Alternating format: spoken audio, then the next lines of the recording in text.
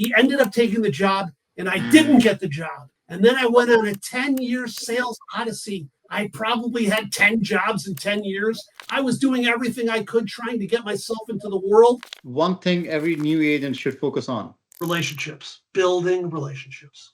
And as you know, Ray, after World War II, there was a big boom in manufacturing. Everyone was coming back. They were buying homes. They needed refrigerators. They needed countertops. So there was a boom going on. And Lou Kahnweiler sold a building and made a very nice fee. And at the closing, he told the attorney for the seller that he was only doing this as a part-time job.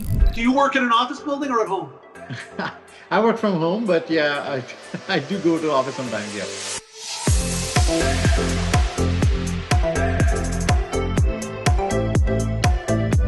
Hello and welcome to another episode of Bigger Life Podcast. Today I have Steve Kohn out of Chicago. His team is an industrial commercial broker and an investor.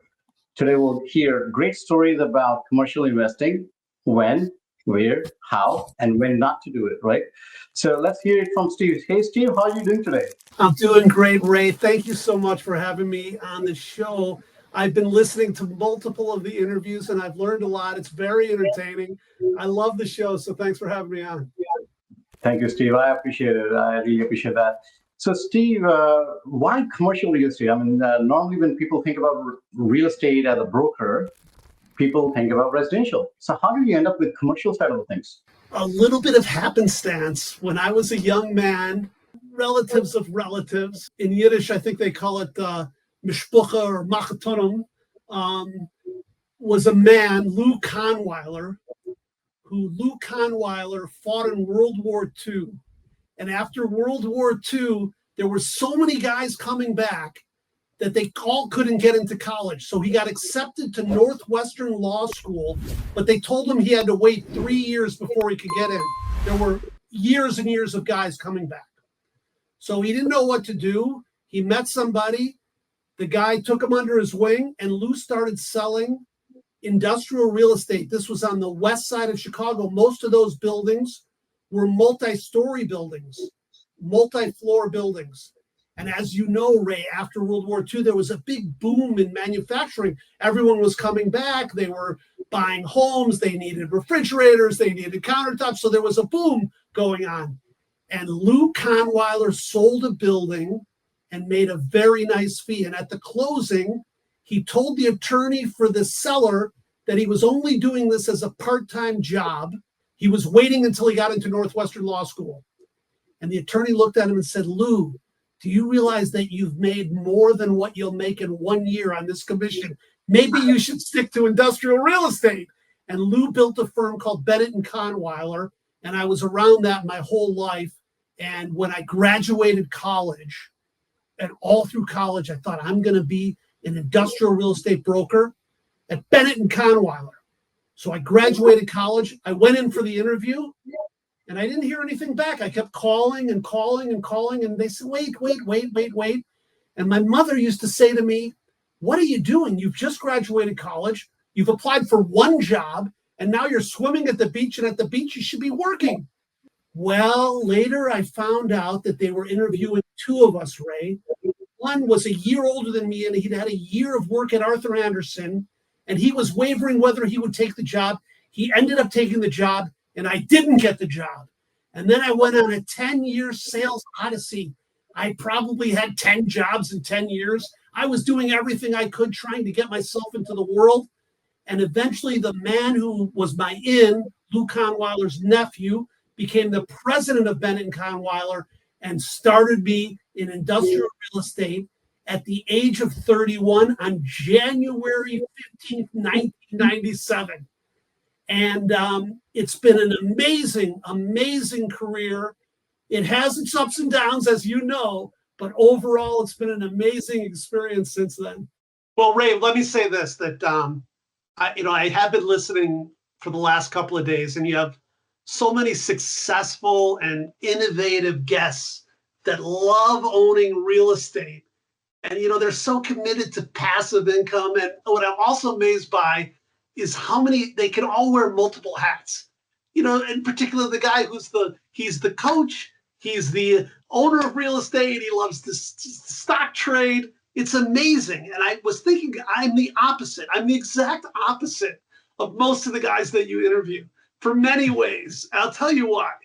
You know, I am successful. I'm a successful industrial real estate broker. Success is obviously easy. You know, you can define it in any way, but I don't like owning real estate. My entire net worth has come from the fees that I make from doing transactions and kind of, you know, just stuffing it all in the mattress, underneath the mattress. And it's funny because as soon as I start wearing multiple hats, I just kind of do a bad job at everything.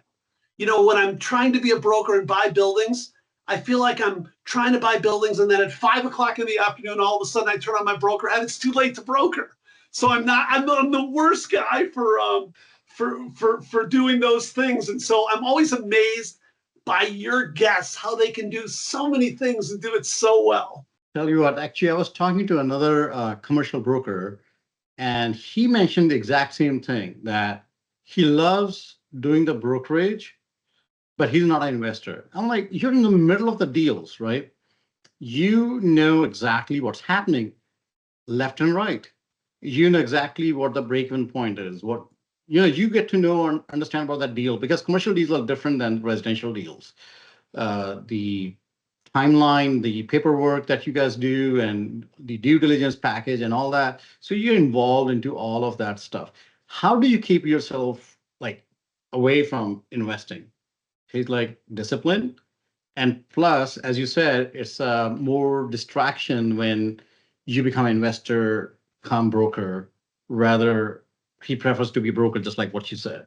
You know, early on in my career at Bennett and Conweiler, when it became Bennett and Conweiler and Colliers, then Colliers, the upper management, David Conweiler, Bill Fausone, they really did not want us brokering deals. You know why? Because we were making them so much money, and we were bringing them the deals, and they were the general partners and we were the limited partners, and it was very hard to get anywhere with it. You were buying a sliver of the deal, and they kind of had an institutional strategy of keeping brokers, and owners. Some guys broke through and did it, and others like myself, we got addicted to the fees. We liked the business, the give and take, and we didn't think probably big enough. Now, a few things happened to me along the way. I remember telling one of my mentors, Jack Rosenberg, this was in the early 2000s, Jack, we should buy everything that comes available in Skokie, Lincolnwood, and Niles. At that point, industrial buildings were trading for, let's say, $30 a foot in general. And I said, it doesn't matter, on market, off market, let's just buy everything.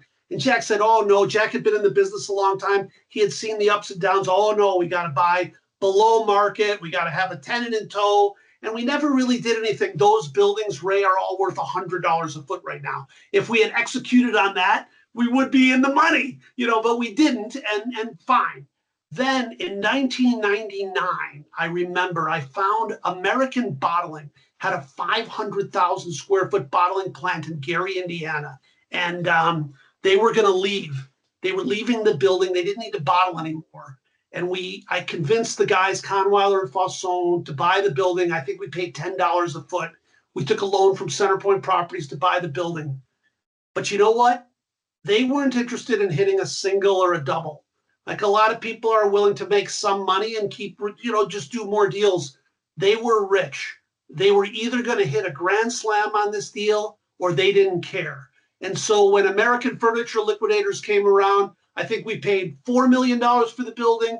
They wanted to give us $6 million. These guys were not happy. It wasn't enough money. The world changed slightly. We couldn't lease it. We ended up getting foreclosed by our lender, Centerpoint, took the property back from us.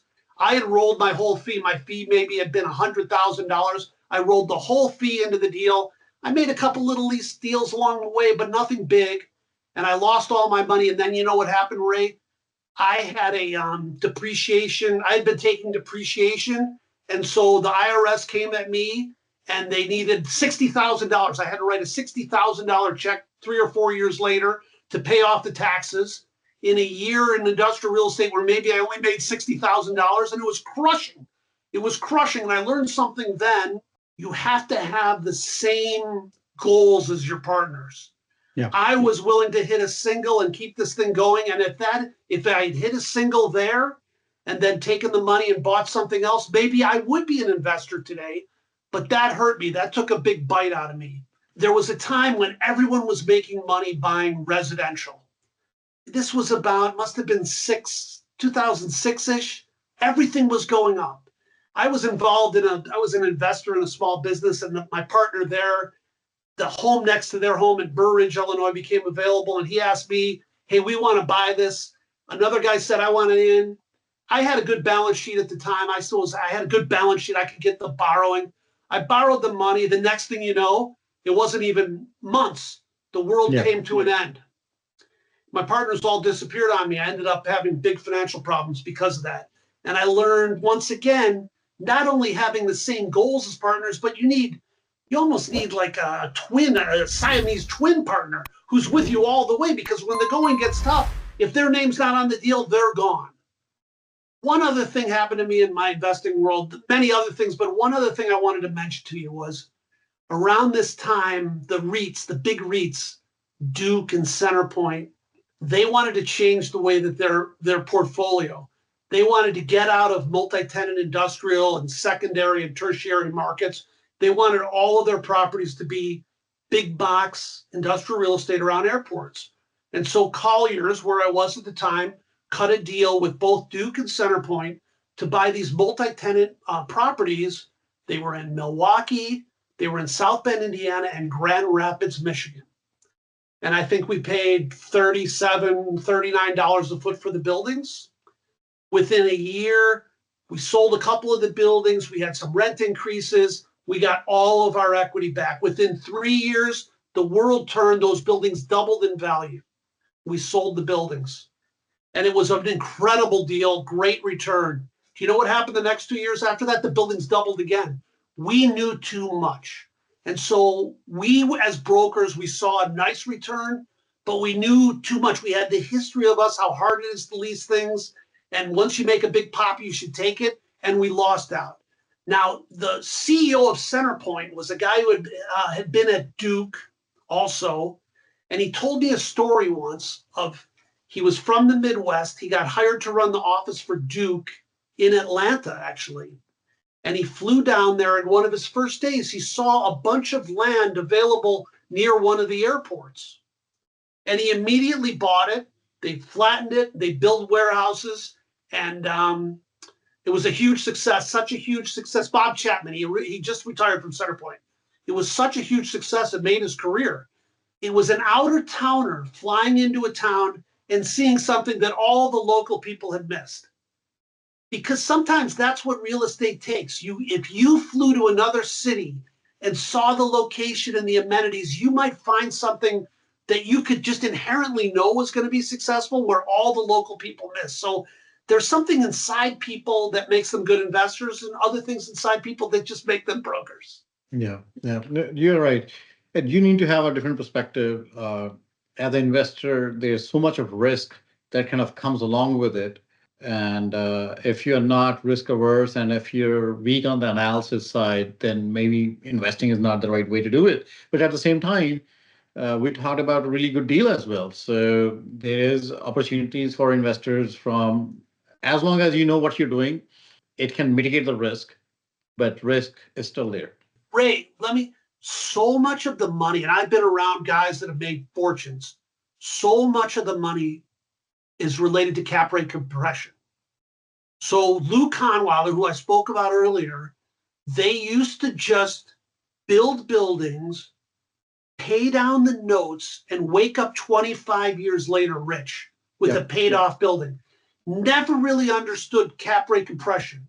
And then from about maybe 99 until recently, all the money that was made in real estate was made because the cap rates changed. Cap rates in 1997, cap rates were 10%.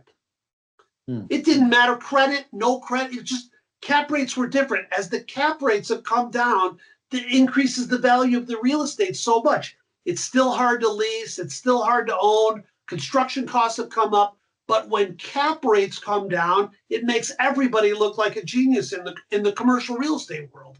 And they don't always come down. They're not coming down now. Yeah, they're not. So let's talk about a recent deal that you have done into the industrial side of the thing. So can you walk us through that deal, the numbers, so the flows, so for people to understand what kind of a deals are there in the commercial side? The investment sales that I've been involved with recently have all died because the investment market is very slow right now. The investment market was really related to the low interest rates we're making. So let me start this way. Amazon or a Home Depot or pick any really significant credit company now, they're going to be leasing a brochure quality 36-foot clear precast building with lots of trailer spots. Those things trade 4.5, five caps. You can't borrow money and make that work. Those are either guys coming out of trades that are going to just park their money there, Europeans or Middle Eastern people that have so much money they're going to put it in the United States even for not even a good return, but it's safer than keeping it where it is. But this isn't an arena where we can play in. You and I can't play there because we're going to be borrowing money at 7. We can't buy a 5 cap or a 4.9 cap, and we can't wait for to re-tenant this building in 10 years and expect the rates to be a lot higher. So in the brochure quality world, it's just not there right now. That's why there's been a very low level of deals done for the investment deals. But traditionally, you would try and find a vacant building. If you had a tenant in hand, that was great. Or if you could buy a vacant building cheap enough on a per square foot basis. And, if you could buy a building for $40 a foot where the rent was going to be $4 net, a 10 cap situation, that's what people were trying to do for a long time. Well, hear from a lot of people is yes, interest rates are high, the deals are dying. There's no deals out there, but still there is some investing, some movement happening, right? So there are people apart from that rich club that we are talking about. So Yeah. there's some deals. People are getting creative with their. They're still borrowing at 7 or 8, but people are getting creative with value add opportunities, right? So can we talk something about that? So how we can add value towards the commercial side and make it profitable, although to your point, just from a standard cap rate standpoint, it's not going to be there, right? So you're borrowing at 8 and renting it at 5, it's not profitable in that sense. The classic situation is, can we find a building that they're below market rents, or can you find a building on a large land site where you can expand the building? These have over the years been the traditional things that investors want, but that's all been picked over. And it's crazy how it went from that. And then in our world, it became industrial outside storage became a very hot market. This is, large land sites, hard to permit, truck terminals, things like that. Mhm. But now Wall Street's come in with the money, and now they've driven up the price of these buildings have gone up so much. And guess what? Trucking's not doing that well. And so now iOS is just kind of overbought. That's as soon as Wall Street comes in, so much money hits it, the prices go up, and all the spread is gone. I've seen it in industrial outside storage. Cold storage is another example, Ray. The cold storage became so hot during the pandemic. If you remember, everybody changed the way they bought food. Instead of going out to eat, they were all eating at home. And the supply chain was built up to supply restaurants, not to supply grocery stores. We needed more self-storage. So a lot of Wall Street money came into, not self-storage, cold storage. A lot of Wall Street money comes in. They're building these giant cold storage buildings all over. Guess what? Now people are going back to work. They're going to eating out again. So now we don't need as much cold storage. It's overbuilt. The classic one right now is data centers. The big hot money is data centers. And I'm very lucky. I live in a town called Glencoe, Illinois, which is a nice little quaint little beach town north of the city of Chicago. And we have a Glencoe, Illinois, a real estate group, which is a bunch of really rich investors and myself and a few other brokers. And we get to hear these guys complain. I was at a lunch last week and they all were complaining. All the big investors, there's no asset classes left. And so I said, hey, what about data centers? And they all agreed they've been getting called on to develop, people want equity for data centers. The data centers end up being $1,000, $2,000 a foot to build. They can't point to one investment sale. They're nervous that all these data centers are being built, high per square foot cost, but there's no out. There hasn't been one sale where they're getting out of it at a huge profit. It's $1 billion facility. Who's the $1.2 billion buyer that gets them out and makes their profit? And they're also concerned about technology. Is there going to be a way to store this data in a smaller and smaller footprint? Remember the original size of cell phones. Remember phones. Remember the giant computers we used to have. And now everything's done right here. I've got one of these new fangled these phones that the Z Fold. This does so much stuff. You don't need a computer anymore. They're afraid that technology is going to pass them up. So listen, for you and all the people that are out there, you want to make a fortune in real estate, you got to buy what no one else is buying in the world. Right now, some guys are out there buying office buildings because nobody wants to go to work. The buildings are 30% leased. The borrowers have defaulted. They're owned by special servicers. The generational wealth that's going to be built in real estate right now is going to be guys buying office buildings 5 years, 6 years, 7 years from now. They're going to show up on the cover of Real Estate Today. What a genius. You know why? Because they bought when everyone was, they bought at the bottom. That's how you make a fortune in real estate. Cap rate is not going to be the way. It has its moments, but it's not the long-term way to make money. So do you see an office building as an example, but with them being 50% leased up, I think that's the number, right? So office buildings are generally at a 50% tenancy right now? Or less. Or less. Where do you work? Do you work in an office building or at home? I work from home, but yeah, I do go to office sometimes, yeah. Go to an office building, jump on the elevator, you'll be shocked. You'll never stop at another floor. Yeah. Go there, look at the parking lots of these office buildings, they're essentially empty. People are still, as much as corporate America wants it back, people are working from home. Won't go on forever. So do you see that shift going back from, because what I hear is with AI, people getting laid off and, a lot of these jobs going to be taken by AI. If AI is going to do a lot of these jobs, then what's the need for office building? I mean, even when the AI was not there, the need for office buildings have diminished just because of pandemic. People working remote, right? That habit changed. And if a corporation can save money by letting go of a floor and the second floor and the third floor and the fourth floor, because now they know that people can work from home, they can still get the same level of productivity.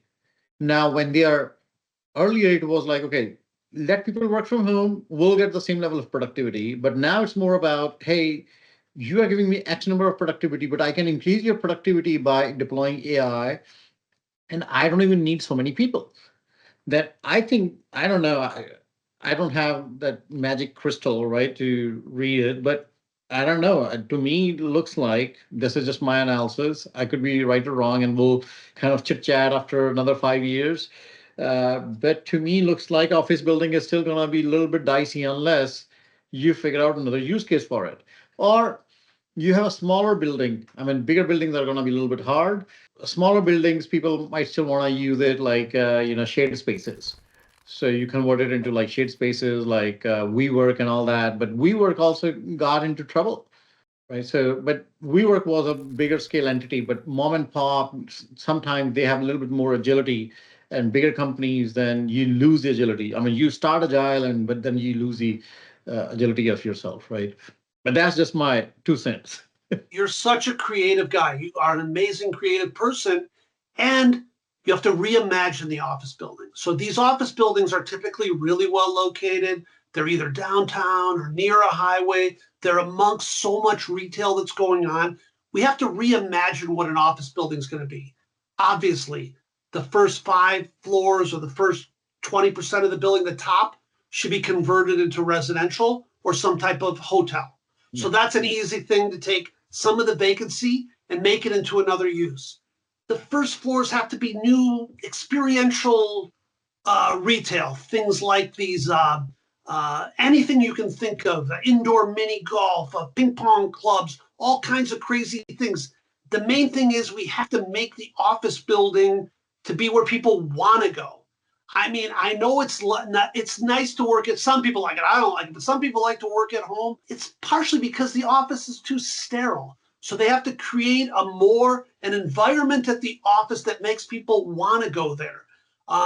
Taking the gyms to another level, and most everybody belongs to a gym. Make the first floor of an office building a special gym so people want to be there, offering classes. These are the kind of things, not just a coffee bar, but an amazing coffee bar. And this will make people want to work at that building. It takes a building that's maybe 60% vacant. With these improvements, now you're 100% leased. That's something you can flip. That's a place that you make a ton of money. And so obviously it's not every office building, but lots of them. That's where the money's to be made now. Reimagining office into these other uses. This is where you buy things on 10 cents on the dollar. I keep talking about Lou Conweiler, but another thing he always said was you make all your money on the buy in real estate. When you buy right, that's how you make your money. All the other techniques that we've seen that people have made money on really revolve around cap rates and interest rates and things like that are not replicable. Buying low, you can do that. And now the time to buy low, if you want to buy assets on 10 cents on the dollar, and I'm not talking about 10 cents from when it was built, 10 cents from 5 or 6 years ago, that's office. Yep, agreed. Office is there, and if you can reimagine what the office can do for you, and you have that kind of money or that support behind you, then absolutely. Reimagining those office spaces, they are well built. Structurally, they are very well built. And those additional use cases, and guess what? There's tons and tons of windows. Yeah. So you got nice views. So every condo can have a pretty nice view. And even more imagining. I sold a building in Chicago last year to a company from India that does commercial packaging. And the guy flew in, he was here, and he told me, he said in front of all of us, there's an office component to the building, a 7th-floor office component. He said to me, I'm going to turn every window into solar, and I'm going to have all my own energy out of here. And one of the guys at the showing said, that's ridiculous. This isn't the Jetsons, Wednesday. And another guy, an architect, said, no, in Miami right now, they are putting solar panels into the windows and they are creating energy. So the reimagining has to be even beyond what we're talking about, coming up with new ways to make money out of these buildings. There are all those windows, faces the sun. Well, in Chicago, it faces the sun a month and a half a year, but in Atlanta and Miami, it faces the sun 365 days a year. Absolutely. Let's talk about another aspect of commercial real estate, which is a brokerage itself. For the folks who want to join, because I hear in the commercial side, there was about a generation or a decade that pretty much nobody joined on the commercial side, right? And on the commercial side, there is like that gap of the number of people who are working, right? And then the other side of the problem is how to become a real estate broker on the residential side. There's plenty of resources. A lot of people are talking about it. All these brokerages, they are talking about it, but nobody's talking about commercial. So let's give some education back to the folks who are listening to this episode and they're like, I like commercial, but I want to be a broker. So what do you do?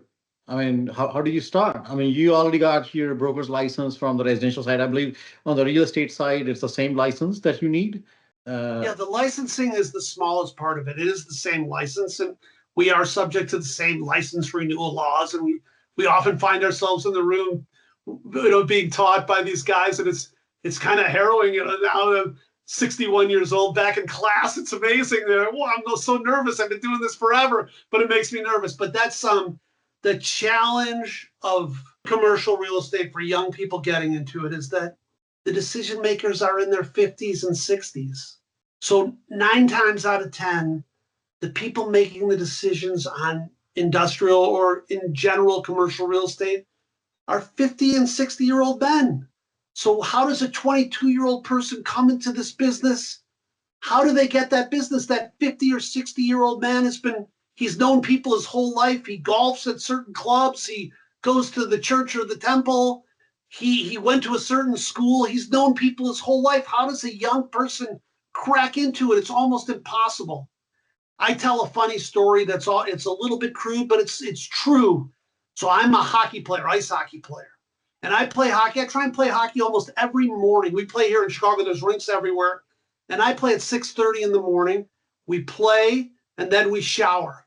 And I joke, I'm trying to shower naked with the most people in Chicago, because when you shower with someone, they can't fire you. The level of intimacy is so strong that you can't be fired. I say you have to make the relationships with these people before they have the requirement. So if you're in a pitch, if you're pitching business as a broker, you've probably already lost it. You need to build relationships way before the requirement happens. And that's the problem for young people, is the industry does a terrible job training people because they won't pay. They don't pay people a salary to train. That you come here, you eat what you kill. But even if you had a phone call today, Ray, with someone who says, I love you, you're my guy. He signed a lease 2 years ago. The leases are 5 or 7 years. It's 3 to 5 years before he's going to need you. Or he's bought a building. They buy buildings. Some people never buy another building. So how are you going to how are you going to get into this business and make the relationships? Now, there has to be a connection now between the new world. The new world is social media and TikTok and all this other stuff that's going on. But the 50 and 60-year-old men they're not on Insta or whatever they call it. So the young people who are wedded to their phones, they're so good with that. But that's not the same language that the sellers are speaking. So there has to be a new way for young people to get in here. I always tease people, I say, so if you want to get into industrial real estate in Chicago, the first thing you would do is you'd get on the internet and you'd read a tremendous amount, because the CBs, Colliers, Avis and Youngs, Cushmans, JLLs all write market reports and white papers. They all have research departments that tell the story. So a young person has to now get himself or herself familiar with the industry and the terms. And they got to figure out what does per square foot mean? What's an interior dock? What's an exterior dock? What is a cap rate? What are the prevailing rents? What are the trends? What's a 3PL? So if they would read and read and read, then they have to get in their car and they've got to go drive and see these buildings and see where the business parks are. Then they have to look at the signs and see the companies that are in our market. If you were in the city, you would see CB signs from one particular group of 4 brokers, and they're dominating a little area. That's the guy you want to call, because they have a lot of listings. They're too busy to call the neighbors. Don't forget, in industrial real estate, when you stand on the roof of your building, you can typically see the buyer or the next tenant. It's a very localized business. So when you get a listing, you need to call everybody around there and start working ever increasing concentric circles to find the next tenant or the buyer. But a broker that's got all the listings in one area, he's too busy. He can't do all that. So the young person has to say to the old person, hey, I'll be your street person. I'll go on the street for you. I'll talk to all the neighbors. I'll make sure there's no surprises. The worst thing you want to do as a broker is you get a listing and the next thing you know, somebody comes with the next door neighbor because you didn't call them. So the blocking and tackling of brokers. So the broker gets into it by understanding the industry through readily available information from the brokerage firms, identify a sub-market that you want to work in, find the sub-market leaders, and then throw yourself at them and tell them you'll do whatever it takes to succeed. Once you're in the business, Ray, I mean, it's, do you remember the guy at the circus that's spinning plates and he gets plates spinning everywhere he's got? That's our business. We got to spin every plate. So maybe I tell young people all the time, wherever you went to college, become the local alumni director. So if you went to Georgia you would be telling people, okay, on Saturday we're going to watch Georgia play Tennessee at this bar, and you would try and find every single alumni that was in the wherever city you were, and you would get them comfortable seeing emails from you telling them where to go on Saturday, and then you'd be studying their LinkedIn to see if they have a requirement, and then they get comfortable with you. They already know you, and then there's a requirement. You've already built your way in. So I think alumni associations for young people, extremely important way to get into it. Any kind of sport, if you like hockey, if you like tennis, if you like golf, anything where you can get close to people where they can see you when you win, when you lose, how you handle yourself. I think that's extremely important. And then you got to get on the phone. Although now it's hard to get people on the phone. Nobody picks up their phone. I just set my phone to voicemail too. It's so hard to get people on the phone, but you have to be on the phone. You got to spend about 4 hours a day making outgoing calls. And then you got to get in your car and spend 4 hours a day. Keep it simple. You're looking for parking lots that are full, overflowing. That means they need a new building, or a parking lot that's empty. They don't need as much space. So don't overthink it. And then on Saturday, you drive the market, you put a dozen Dunkin' Donuts in your car on Saturday, and you go building to building. And when you see a Mercedes or a Tesla or a Range Rover, you know it's the owner. You bang on the door. Hey, Mr. Smith, although you know his name because you got a database. I just wanted to stop by and give you a Dunkin' Donuts. I see you're working on Saturday. I'm working on Saturday. I'm a young, hungry person trying to make it. Is there anything I can do for you? Are you looking for space? Do you have extra space at your building you'd like to lease or dispose of? Do you have seasonal need where maybe you're building for a Christmas delivery, so there's parts of the year that you need more? Can I find you overflow space? Are you interested in hearing about buildings? You know, you get on the rodeo of questions, and you keep asking questions until the guy throws you out. And then you gather all that information, you put it in your database as quick as possible, and you realize, okay, this guy's not doing anything now, but in a couple of years, he said he might need something, and you follow up, and that's how a young person does it. it's just like everybody says, like it's a networking relationship game, and it has a very long life cycle to it. But the good thing is, the better your relationship is, and the longevity of your relationship is, the better your chances are. Now, when you are working with these firms like JLL and your or whatever company, the brokerages, on the residential side, typically the people are self-employed and you just make a commission out of your deal. On the commercial side, how does that go? Is it salary plus commissions, just commissions? So how does that typically work? No, we're 1099. They say eat what you kill. That's kind of a gross way to say it, but yeah, we are all full commission salespeople.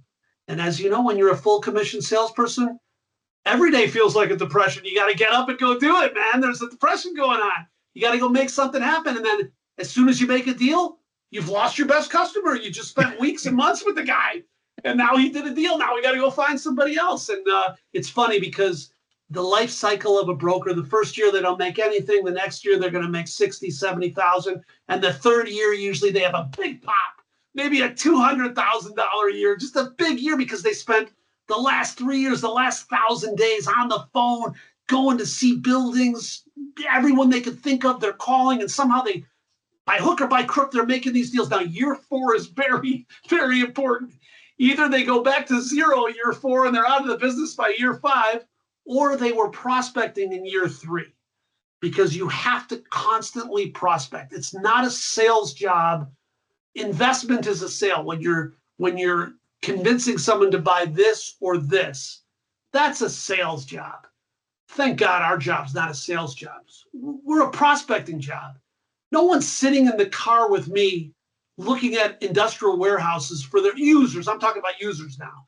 Users are not spending time with me unless they absolutely have to, unless the business is booming and they need a new building. There's no window shopping. There's no maybe. His lease is expiring. He needs to find a new space. His business is booming. He needs a new building. If they have a moment of free time, they're spending it with their families who they've already neglected because they're running businesses. The last thing they're going to do is spend time with Steve Kohn in a car unless they really need something. So our job is prospecting for people that have requirements. That's a little bit different. Now, we are selling them on using us as opposed to our competition, That's a sales job, but it's a prospecting job. It's getting in front of these transactions. And especially if you use your mindset to think, I'm going to make such strong relationships, however you're going to do it, way before a guy has a requirement. And the only thing that guy's going to do once he finally has a requirement is use you. Those are the men and women that just rise to the top of anything. Awesome. Great perspectives. I really appreciate, Steve, this perspective about the commercial investing as well as commercial brokering. Is there anything else? So when Steve is not, I know you mentioned you play hockey. So, but when you are not busy selling real estate or prospecting, not selling, but prospecting. Yes. And not playing hockey. So what do you like to do? Well, I have a beautiful wife, and my wife and I love to, we like resale shopping. We like to cook food. We like to eat food. We like to do anything food related. My son also has a passion for hockey, and it's just been the greatest joy of life to watch him growing and his friends. You know, I coached them. I was around them. I really spent a lot of time around my son and his friends. Now they're all either just starting to go to college or finishing up high school. And I can't tell you how rewarding it's been to see that happen. And I love to read. And I've gone through a series of things that I've been reading about, but I've been reading a lot of history lately. And because there's so many conflicts going on in the world, I've been reading a lot of Middle East and the Ottomans, the Mongols, also the history of New Mexico, which I'm fascinated with.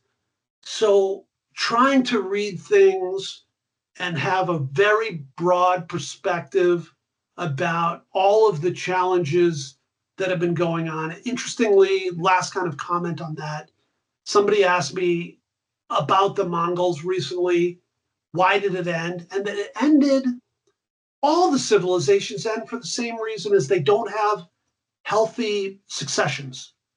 An emperor leads, maybe does the greatest things ever during his time on Earth, but they don't set up succession.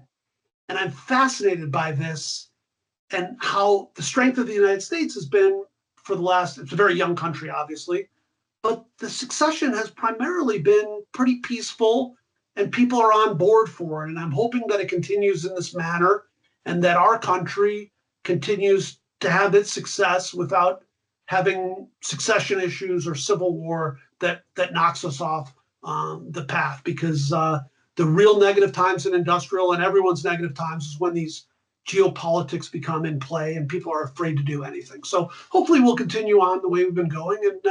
And I'm going to continue to listen to the podcast. You have a fascinating podcast, great guests, a really nice interviewing style, and it's been very enjoyable being with you. I appreciate it. Well, let's have some quick fun, a quick fire round, and just really quick, right? Quick questions, yep. Quick answers, okay? First thing that comes to your mind. Your favorite real estate app or tool?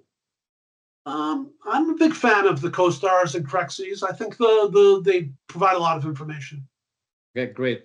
One thing every new agent should focus on? Relationships, building relationships. Dream city or location? I think it's New Mexico. I think I'd love to live in New Mexico on a bluff overlooking a river. And finally, in one sentence, what does living a bigger life mean to you? I think the better life, it's filled with being able to help people make their dreams come true while having your own dreams, approaching your dreams, and doing it in a way with class and humor and dignity where people look at you on the street and say, that's a good guy. Guess what? You got 100 points. So this has been great and insightful and inspiring conversation. I really appreciate your time, Steve. So for those who like to connect with you, what's the best way to connect with you? Anyone, please, you'll find me on LinkedIn, Steve Kohn, Avison Young, or you can always give me a call or just call Ray and Ray will get a hold of me. Now we're friends. Awesome. And to our listeners, if you enjoyed today's podcast, make sure to subscribe, share it with your friends, and we'll be back next week with another episode of Bigger Life Podcast. See you then.